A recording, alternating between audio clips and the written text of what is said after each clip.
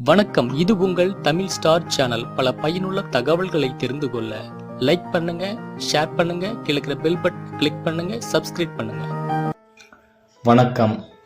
மகா அவதார் பாபாஜியின் வரலாறு பின்னணி என்ன? 2000 ஆண்டுகளாக இன்னும் உயிருடன் இமயமலையில் தவநிலையில் இருப்பதாக கூறுகிறார்களே, இது உண்மையா? பாபாஜி கடலூர் மாவட்டம் பரங்கிப்பேட்டையில் கிபி 30/11/1203 அன்று கார்த்திகை மாதம் கார்த்திகை தீப திருநாளன்று ரோகிணி நட்சத்திரம் ரிஷப ராசி கூடிய சுப வேளையில் பிறந்தார். அவருடைய குழந்தை பெயர் நாகராஜ்.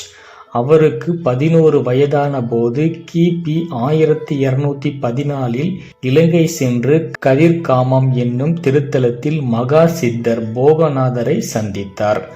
போகநாதர் கதிர்காமம் தேவாலயம் முருகன் கோவிலாக எழுவதற்கு முன் அந்த கோவிலில் 2 முக்கோணங்களாக மிகவும் சக்தி வாய்ந்த ஒரு யாத்திரை பிரதிஷ்டை செய்தார்.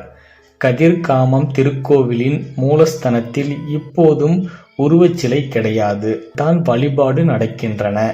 கதிர்காமம் சென்ற பாபாஜி அங்கு மகா சித்தர் போகநாதரை குருவாக அடைந்தார். மிகப்பெரிய ஆலமரத்தடியில் போகநாதர் அவருக்கு தொடர்ந்து 6 மாத காலம் கிரியா யோகா பயிற்சி அளித்தார்.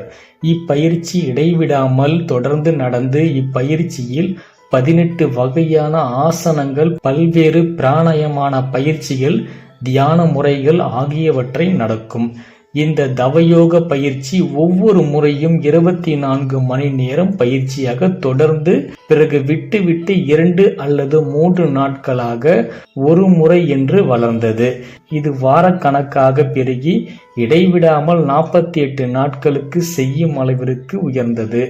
6 மாத முடிவில் பாபாஜியின் மனதில் ஐம்புலன்களின் வழியே உலகளவில் தொடர்பு கொள்ளும் நிலை அகன்று வேறு வகையில் கூறினார். மனிதனின் 36வது தத்துவங்களில் 20 தத்துவங்கள் ஆன மனவேகமான அவருக்கு இல்லாமல் போய்விட்டது. அல்லது அவரின் மனித மனம் அவரது ஆன்மாவை கட்டுப்பாட்டுக்குள் வந்தது. பாபாஜி ஒளி உடலோடும் போத உடலோடும் வாழும் மனிதராகவே மாறிவிட்டார். எல்லா தத்துவங்களையும் ஏகத்துவமான ஆன்மாகவே தான் என்பதை உணர்ந்தார். அதன் மூலம் தாம் வேறு, பரம்பொருள் வேறு அல்ல என்பதை தெளிவாக உணர்ந்து விட்டார். தன்னை உணர்ந்த பாபாஜி கிபி 1214 தம் குருநாதர் போகநாதர் அணைக்கிணங்கி இலங்கையில் இருந்து தமிழகம் வந்தார். பொதிகை மலையில் ஒளி உடலுடன் வாழ்ந்து வரும் போகரின் குருவாக அகத்தியரிடம் கிரியா யோகத்தின் கடைசி தீட்சையை பெற திருக்குற்றாலமலையில் அடைந்தார். அகத்தியரே அதிகுருவும் கிரியா யோகத்தின் மூல குருவாகவும் ஆவார். குற்றாலமலையில் பாபாஜி அகத்தியரை நினைத்து 48 நாள் கடுதவம் புரிந்தார். 48ஆம் நாள் முடிவில் அகத்தியர் ஒளி உடலோடு அவர் முன் தோன்றி அவரை உள்ளம் குளிர வாழ்த்தி அருளினார்.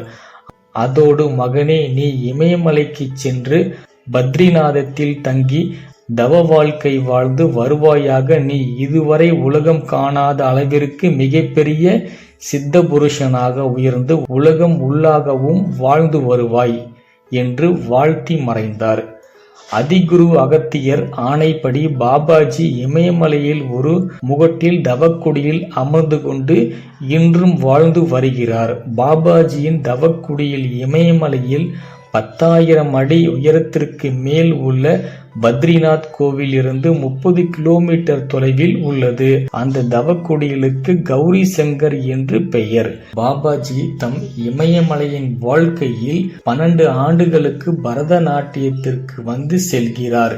அவரின் உடலில் உள்ள எல்லா உயிரணுக்களும் தெய்வீக அணுக்களாய் மாறி உள்ளதால் அவர் தோன்றி 1800 ஆண்டுகள் கடந்த பிறகும் கூட 16 வயது சிறுவனாகவே வாழ்ந்து கொண்டிருக்கிறார். கடவுளை காணும் ஆர்வம் மிக்கவர்களாகவும் கடவுளை காணும் வழி தெரியாமல் தவித்து கொண்டு இருப்பவர்களாகவும் உதவி செய்து வருபவர்கள் தெய்வீக உணர்வை பெறுவதற்கு உதவி செய்வதே பாபாஜியின் தம் குறிக்கோளாக கொண்டிருக்கிறார். இந்த தெய்வீக ஞானத்தை பெற்றிடும் மக்கள் இதை யாரிடம் இருந்து பெற்றோம் என்று அறிந்து கொள்ள முடியாத நிலையில் கூட கிரியா யோகா பயிற்சியை அளித்து வருகிறார். மேலும் இது போன்ற சுவாரஸ்யமான தகவல்களை தெரிந்து கொள்ள நமது சேனலை சப்ஸ்கிரைப் பண்ணுங்க, லைக் பண்ணுங்க, ஷேர் பண்ணுங்க. மேலும் தகவல்களை தெரிந்து கொள்ள மேலே இருக்கக்கூடிய ஐகான் பட்டனை பிரஸ் பண்ணுங்க. நன்றி.